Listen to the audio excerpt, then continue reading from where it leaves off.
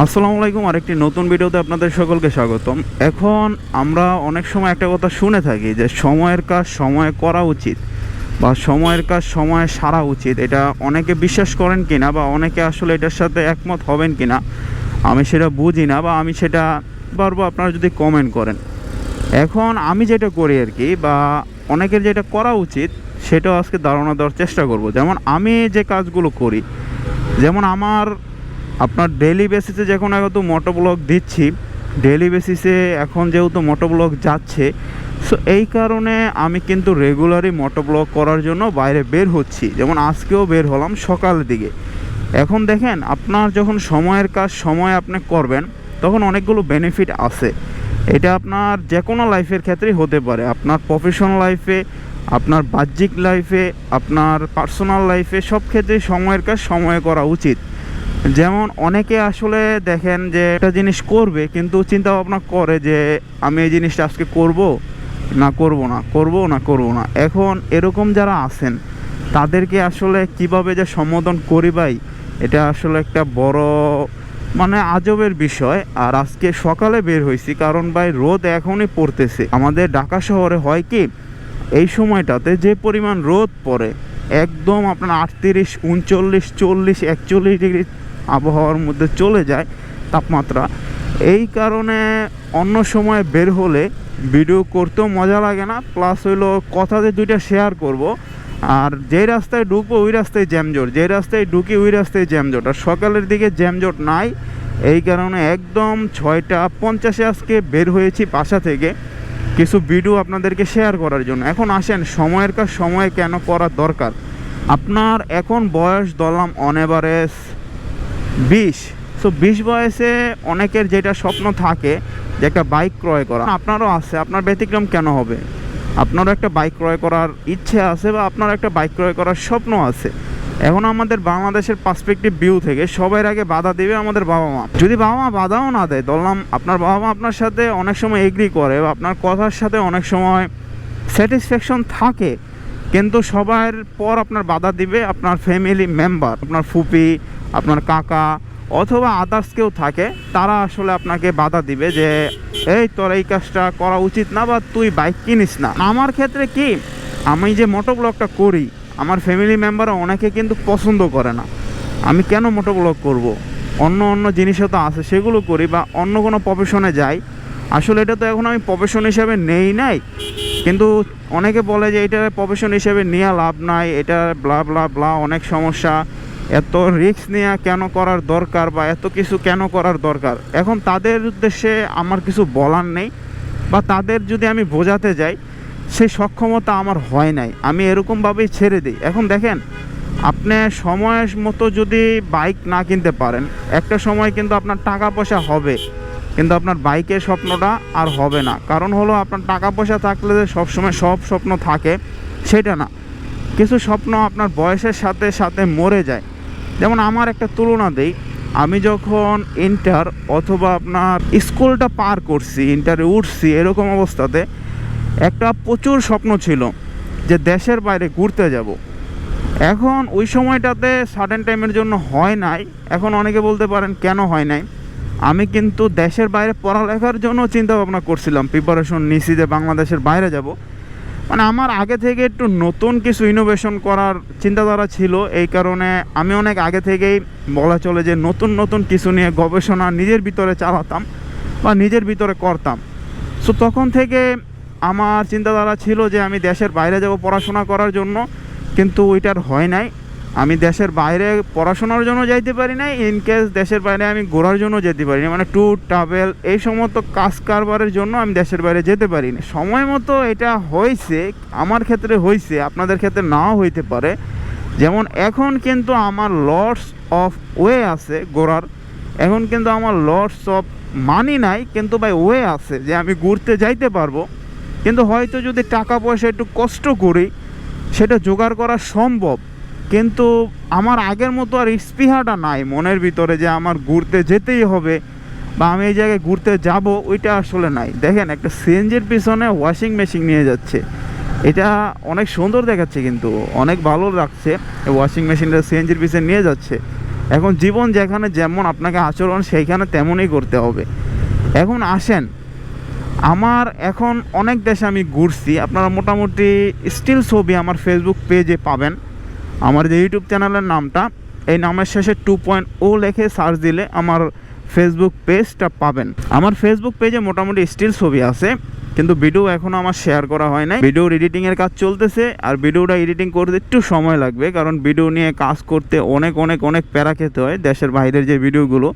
কারণ কোন জায়গায় কি করছি, কোন জায়গায় কি দেখছি, এগুলো আসলে আপনার স্ক্রিপ্ট আকারে লেখে তারপর আপনাদেরকে ভয়েস দিতে হয় বা কথা বলতে হয়, বা ওই সময় যেই জায়গায় যেই কথাগুলো বলছি সেই কথাগুলো যদি এডিটিংয়ের মাধ্যমে না আসে, পরবর্তীতে তো আমাকে ভয়েস ওভার করতেই হবে। এই কারণে একটু একটু সময় লাগতেছে। এখন আসেন, এখন যদি আমি বাংলাদেশ ছাড়া বিশ্বের যে কোনো দেশে যাই, এখন কিন্তু আর আমার আগের মতো যে আপনার সময়ও নাই যে আমি ঘুরবো, মানে 1-1.5 মাস লাগায় ঘুরবো। কারণ আমার অনেকগুলো এখন কাজ আছে, যেমন আমার নিজের একটা ছোট্টখাট্ট বিজনেস আছে। তারপর দেখা যাচ্ছে আমি টুকটাক মোটো ব্লগিং করি, কিন্তু এটা থেকে আমার এখনও no benefit no profit gain নিতে আসি। তারপর এটা আমি করি, এটা তো আমার অস্বীকার করতে কিছু নাই, বা এটা আমার বলতে সমস্যা কি। এই কারণে বলা চলে যে আমি যদি কোনো দিক যাই তাহলে এখন আর সময় দিতে পারি না ওই রকম। মানে এক জায়গায় ঘুরতে গেলেও দেখা যাচ্ছে চেষ্টা করি অতি তাড়াতাড়ি ঢাকা ব্যাক করার জন্য, কারণ আমার বাহ্যিক কাজগুলো না হলে হ্যাম্পার হবে ওই ঘোরার ক্ষেত্রে বা ওই ট্যুরের ক্ষেত্রে। এই কারণে আমি চেষ্টা করি যে তাড়াতাড়ি ট্যুরগুলো শেষ করে আমার বাহ্যিক কাজের ভিতরে চলে আসার জন্য। এখন আসেন, বাংলাদেশের পরিপ্রেক্ষিতে অনেকে আসলে একটা জিনিস লক্ষ্য করছেন যে আপনার একটা সময় প্রচুর পরিমাণে বাইকের শখ ছিল। এটা আসলে ম্যাক্সিমাম শখটা কখন হয়, যখন আপনারা দেখবেন একটা সার্টেন টাইম এজ যাদের থাকে, যেমন অনেকে মাত্র কলেজে উঠবে বা মাত্র কলেজ পাস করছে, ভার্সিটিতে উঠবে, এমন টাইপ অফ মানুষদের এই ইচ্ছাটা বেশি থাকে যে বাইকের শখ। তাদের ওই সময়টাই কিন্তু বাইক কেনার আমি মনে করি মোক্ষম সময়। কিন্তু অনেক সময় আমরা বাংলাদেশের পার্সপেক্টিভ ভিউ থেকে ওই সময়টাতে বাইক চালাতে অত একটা পারদর্শী হই না, কারণ আমাদের রাষ্ট্রীয় বলেন বা দেখা যাচ্ছে আপনার অনেক কিছু ফ্যাক্ট এখানে জড়িত, বা আমাদের নিজস্ব ব্যক্তিগত লাইফের ফ্যাক্ট বলেন, এগুলো আসলে আমাদের দেশের ক্ষেত্রে অত একটা ভালো না। কারণ আমাদের দেশে দেখা যাচ্ছে আপনার এমন হয় যে আপনি বাইক যত জোরে চালাতে পারবেন সেটা আপনার জন্য ভালো, আপনি বাইক আস্তে চালাচ্ছেন এটা আপনার জন্য ভালো না, এটা আমাদের দেশের অনেকে মনে করে। এই কারণে আমাদের দেশে দেখবেন আন্ডারের ছেলেপেলেদের অ্যাক্সিডেন্টের সংখ্যা অনেক বেশি। আর আপনি যদি সময় মতো আপনার জীবনকে অ্যাক্সিডেন্টের কবলে ফালায় দেন, তাইলে কিন্তু সারা জীবনে আপনার একটা হ্যাম্পারের ভিতর থাকতে হবে বা আপনার একটা সমস্যার ভিতর যেতে হবে। আপনি যদি একটা অ্যাক্সিডেন্টের শিকার হন, এ থেকে দেখা যাচ্ছে আপনার ফ্যামিলি যেমন আর্থিকভাবে বেনিফিশিয়াল হবে না, আপনি নিজেও কিন্তু অর্থনৈতিকভাবে ক্ষতির সম্মুখীন হবেন। এটা কারণ হলো আপনার টাকা লাগবে, আপনার এটা থেকে সেরে উঠতে, আপনার ভালো হতে অনেক অনেক অনেক দিন লাগবে। তারপর বলা চলে আপনি আস্তে ধীরে, বাংলাদেশে তো চিকিৎসার অবস্থা জানেনই কী রকম জঘন্য বাংলাদেশের চিকিৎসা ব্যবস্থা। এই চিকিৎসা ব্যবস্থায় আপনি কতটুকু সেরে উঠে দাঁড়াতে পারবেন এটারও একটা বিষয় আছে, এটারও একটা আসলে সময়ের ব্যাপার। সো সব কিছুই আসলে আপনার সময়ের উপর নির্ভর করে। আপনার সময় আপনাকে বলে দিবে আপনার জীবনটা আসলে কেমন হবে। আমি যেটা মনে করি, আপনার জীবনটা কি ভালো হবে, আপনার জীবনটা কি খারাপ হবে, আপনার জীবনটা কোন লাইনে কোন লাইমলাইট ফলো করে আপনি গড়বেন, বা আপনার জীবনটা কোন লাইমলাইট ফলো করে তৈরি করবেন, এটা আসলে একটা সময়ের ব্যাপার। আপনাকে সময় দিতে হবে, আপনাকে নিজের জীবনটা নিয়ে অ্যানালাইসিস করতে হবে। এখন আসেন, যারা সময় মতো বাইক কিনতে পারে না, দেখেন আমি অনেকরে দেখছি জীবনে, আপনার বাইক চালানোর ক্ষেত্রে বলেন বা নিজের পার্সোনাল লাইফের থ্রুতে বলেন, অনেকের সাথে পরিচিত হয়েছি আলহামদুলিল্লাহ। আল্লাহর রহমতে এতটুকু আমি করতে পারছি আমার জীবনে, বা এতটুকু ছোট্ট জীবনে আমি অনেক মানুষের সাথে মিশতে পারছি এখন পর্যন্ত। আমি যদি আজকেও মারা যাই, দেখা যাচ্ছে কবে মারা যায় সেটা তো একদম সাডেন বিষয়। আমাদের পৃথিবীতে বেঁচে থাকাটা হলো একটা ভাগ্যের বিষয়। আপনি যতদিন বেঁচে আছেন ততদিন বুঝতে হবে আপনার ভাগ্যের উপর আপনি বেঁচে আছেন। আর আমাদের বাংলাদেশের মতো দেশে আপনি বেঁচে থাকাটা হলো বোনাস, কারণ আমাদের দেশে প্রতিনিয়তই দেখা যাচ্ছে আপনার কোনো না কোনো দুর্ঘটনা, কোনো না কোনো সমস্যা, কোনো না কোনো কিছু আমাকে আপনাকে পাশ কাটিয়ে যায়। কিছু কিছু দেশ আছে তাদেরকে আসলে সময়ের কাজ সময়ে করতে হয় না। এখন তাদের উদাহরণটা কেন দিচ্ছি, আমাদের বাংলাদেশের কথা আমি বলছি, তাদের উদাহরণ না দিলে তো ইনজাস্টিস করা হয় অনেকের মত অনুসারে। এখন ইনজাস্টিস আমি করতে চাই না, আসেন তাদের কথার আগে বলে নিই। যেমন আপনি যদি ইউএস, ইউরোপীয় ইউনিয়ন বা দেখা যাচ্ছে ফার্স্ট ওয়ার্ল্ডের কোনো কান্ট্রিতে বসবাস করেন, তাহলে আপনার যে জিনিসটা সবচেয়ে গুরুত্ব সহকারে দেখবেন, তাদের কোনো শখ পূরণের ক্ষেত্রে কোনো বাধা আসে না।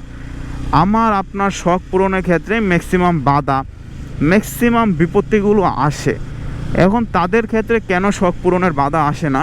দেখেন, তাদের কিন্তু লটস অফ ওয়ে আছে, তারা সময়ের কাজ সময়ে করতে পারে, কিন্তু আমরা আসলে ওই রকম ওয়ে নাই। যেমন তাদের দেশে, আমি তো ওই রকম ডেভেলপড কান্ট্রিতে যাই নাই এখনও, আমি সিঙ্গাপুর গেছি, সিঙ্গাপুরের কথা বলতে পারি।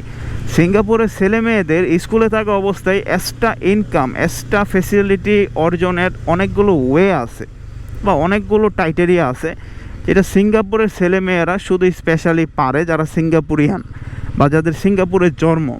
এখন তারা কিন্তু স্কুল লাইফ থেকে মোটামুটি ইনকামের একটা সোর্স, ইনকামের একটা ওয়ে পায়, কিন্তু আমাদের দেশে হয় না। আসলে আমাদের দেশে হচ্ছে না, এটা হবেও না, কারণ আমাদের ডেমোগ্রাফিক স্ট্যাটাসটা ওইভাবেই ডেভেলপ।